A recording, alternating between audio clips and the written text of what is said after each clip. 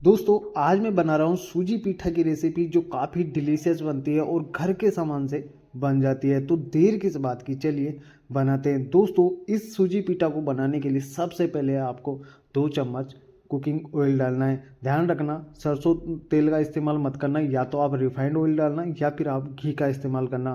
फिर इसके बाद में हम मोटी वाली सूजी लेंगी। तो मैंने यहाँ पर 1.5 कप सूजी लिए, क्योंकि मोटी वाली सूजी से जब हम ये पीठा बनाते हैं ना तो काफ़ी टेस्टी भी बनता है और शानदार बनकर तैयार होता है। तो मोटी वाली सूजी ही लेना जहाँ तक पॉसिबल हो सके।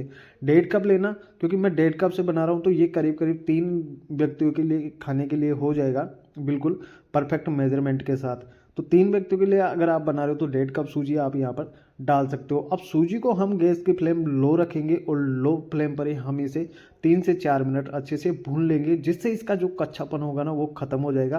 फिर इसके बाद में जब हम पीठा बनाएंगे तो उसका टेस्ट काफ़ी लाजवाब आने वाला है।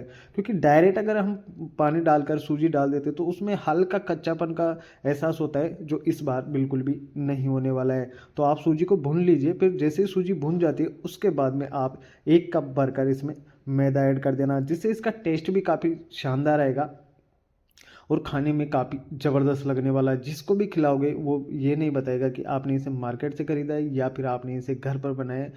रेसिपी पूछेगा कि आपसे कि आपने किस तरीके से इस रेसिपी को बनाकर तैयार किया है। अब जैसे हमने मैदा डाली, 2 से 3 मिनट और भून लेंगे। फिर इसके बाद में फ्लेवर बढ़ाने के लिए मैंने यहाँ पर आधा कप बेसन डाला है, जिससे इसका कलर भी काफ़ी शानदार आएगा और खाने में भी काफ़ी टेस्ट ज़्यादा अच्छा आने वाला है। तो बेसन डालने के बाद में आप इसे 3 से 4 मिनट और इन सब चीज़ों को अच्छे से भून लेना। गैस की फ्लेम आप लो रखना, क्योंकि हाई फ्लेम पर अगर आप इसे भुनोगे तो ये जलना स्टार्ट हो जाता है और ज़्यादा ब्राउन कलर का हो जाता है। उससे जो पीठा बनेगा उसमें हल्का कड़वापन भी आपको देखने को मिल सकता है। तो इन बातों का ध्यान रखना। गैस की फ्लेम लो रख के इसे अच्छे से भून लेना। जैसे ही इसमें अच्छी सी खुशबू आना स्टार्ट हो जाए ना, तब आप गैस की फ्लेम बंद करना और इसे नीचे उतार लेना। फिर आगे का जो प्रोसेस होगा वो बिल्कुल अच्छे से कंप्लीट कर लेंगे। दोस्तों इस तरीके से जब हम पीठा बनाते हैं तो काफ़ी डिलीशियस बनकर तैयार होता है। अब गैस की फ्लेम बंद करके आप जैसे ही इसे नीचे उतारोगे तो आपको गरम गरम ही इसे छान लेना है चलनी की सहायता से, जिसमें छानने से ये होगा कि इसका एक तो दाना दाना अलग अलग हो जाएगा और दूसरी बात इसमें बिल्कुल भी लम्स व गुठलियाँ नहीं रहेगी, जिससे जो पीठा बनाने में हमें हमें कोई भी दिक्कत नहीं आने वाली है। क्योंकि क्या होता है कि जब कभी कभी हम डायरेक्ट ही इसे पानी में डाल देते हैं तो इसमें हल्के लम्स रहते हैं, तो वो फिर गुठलियाँ बन जाती है। तो हमारा पीठा जब हम इसे फ्राई करेंगे तो तेल में बिखरने के चांसेस बहुत ज़्यादा होते हैं। तो इस बात का भी आपको विशेष तौर से ध्यान रखकर ये पीठा बनाना है। अब आपके सामने देखिए कि जो सूजी है उसका दाना दाना अलग अलग हो चुका है। अब दोस्तों उसी कढ़ाई में हम क्या करेंगे कि 3 कप भरकर पानी डालने वाले हैं। ज़्यादा मत डालना, कम मत डालना, सिर्फ 3 कप डालना। जिस कप से आप मेजरमेंट कर रहे हो, जिस कप से आप सूजी नाप रहे हो, उसी कप का इस्तेमाल करके आपको 3 कप यहाँ पर पानी डाल देना है। और गैस की फ्लेम आप मीडियम रखिए, क्योंकि अब ये जो प्रोसेस हम आगे का कंप्लीट करने वाले हैं वो मीडियम आंच पर करने वाले हैं, जिससे ये जो प्रोसेस होगा वो जल्दी कंप्लीट हो जाएगा। अब इसके बाद में अब चुटकी भर इसमें मीठा सोडा डाल देंगे। ज़्यादा मत डालना, चुटकी भर ही डालना, क्योंकि इससे ज़्यादा डाल दें तो फिर वो फटने का भी चांसेस रहता है। अब 1 चम्मच भरकर मैं यहाँ पर कुकिंग ऑयल और डाल दूंगा और 1 कप भरकर ही मैं यहाँ पर पिसी हुई चीनी का इस्तेमाल कर रहा हूँ। मीठा तो आप कम या ज़्यादा कर सकते हो, ऐसी कोई परेशानी आने वाली नहीं है, क्योंकि मीठा तो ये होता है कि टेस्ट के अकॉर्डिंग खाया जाता है। तो क्या पता आप ज़्यादा मीठा खाते हो तो थोड़ा ज़्यादा डाल देना। ऐसा नहीं कि आप 2 कप डाल दो, सिर्फ आपको 1 कप डालना है कम से कम। और अगर ज़्यादा से ज़्यादा डाल दो तो फिर आपको 1.5 कप इसमें डाल देना है। अब गैस की फ्लेम मीडियम करके आप इसे एक उबाल आने तक अच्छे से पकने दीजिए। आपने देखा कि ये जो मैंने सूजी छान कर ली थी उसका बिल्कुल देख सकते हो कि दाना दाना आपका, आप इसे गिन सकते हो, इतना शानदार ये सिकता है। अब जैसे एक उबाल आता है उसके बाद में गैस की फ्लेम आप लो कर दीजिए और लो करने के बाद में जो हमने यहाँ पर सूजी छान कर रखी थी वो वाली सूजी इसमें ऐड करते जाइए। बिल्कुल थोड़ी थोड़ी करना, क्योंकि थोड़ी थोड़ी अगर सूजी आप इसमें डालोगे तो इसमें बिल्कुल भी लम्स व गुठलियाँ नहीं बनेगी, जिससे जो पीठा होगा वो हमारा बिगड़ने के चांसेस बहुत कम हो जाएंगे। तो थोड़ी थोड़ी करके सारी सूजी आप इसमें डाल देना और कड़छी को लगातार चलाते रहना, जिससे ये होगा कि जो लम्स भी बनना चाहेंगे तो वो बिल्कुल ख़त्म हो जाएंगे। अब आप गैस की फ्लेम बिल्कुल लो लो फ्लेम रखिए और इसे लगातार चलाते रहिए। अब जैसे ही ये अच्छे से डो की फॉर्म में आ जाता है तो गैस की फ्लेम बंद कर दीजिए और इसे एक प्लेट में निकाल लीजिए। अब देखिए दोस्तों, आप जैसे ही इसे प्लेट में निकालेंगे तो ये बिल्कुल डो की फॉर्म में आ जाएगा और इसे कम से कम 4 से 5 मिनट अच्छे से ठंडा होने दीजिए। अब जैसे ये ठंडा होता है थोड़ा सा पोर्शन लीजिए और कुछ इस प्रकार से गोली बनाकर देख लीजिए, ये बिल्कुल परफेक्ट रहेगी और हाथों के चिपकेगी भी नहीं।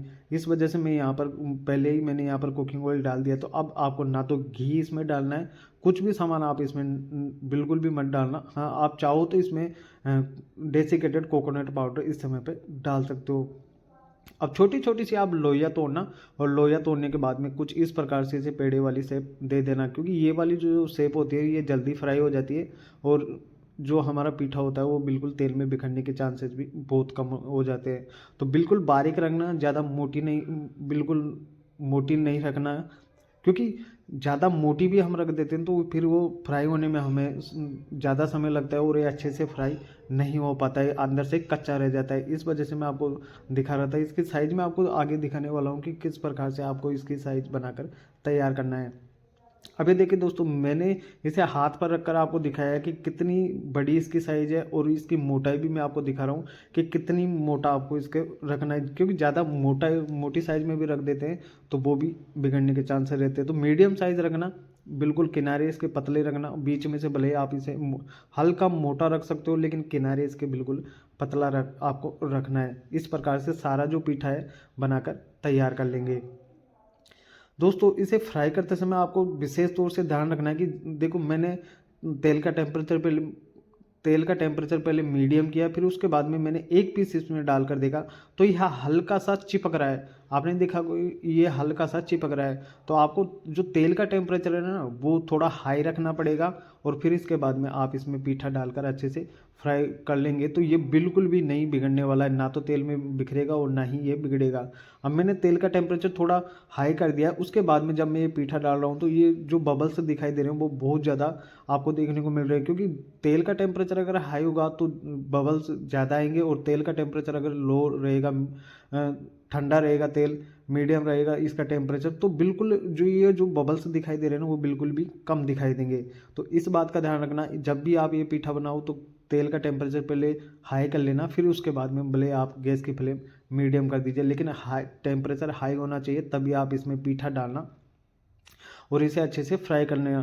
ये ना तो तेल में बिखरेगा और ना ही कढ़ाई के चिपकेगा और इसके बिगड़ने के चांसेस ना के बराबर हो जाते हैं। तो इस बात का ध्यान रखकर ये पीठा आप घर पर बिल्कुल आसान तरीके से बना सकते हो। दोस्तों, तरीका आपको पसंद आया होगा। आपको मैं तोड़कर भी इसे दिखा देता हूँ कि इसके अंदर का जो टेक्सचर है कितना कमाल का है। बहुत ही शानदार ये पीठा बनकर तैयार होता है। तो आप ये पीठा घर पर कब बना रहे हो कमेंट बॉक्स में कमेंट करके ज़रूर से बताना। उम्मीद करता हूँ दोस्तों आपको ये रेसिपी पसंद आएगी। रेसिपी पसंद आती है तो वीडियो को लाइक करना और चैनल को भी सब्सक्राइब कर लेना। मैं ऐसी यूनिक रेसिपीज़ आपके लिए लेकर आता रहता हूँ। तो दोस्तों, मिलते हैं नेक्स्ट वीडियो में, तब तक के लिए आप इस रेसिपी को एंजॉय कीजिए और इस रेसिपी को बनाकर आप कमेंट बॉक्स में कमेंट करके ज़रूर से ज़रूर बताना।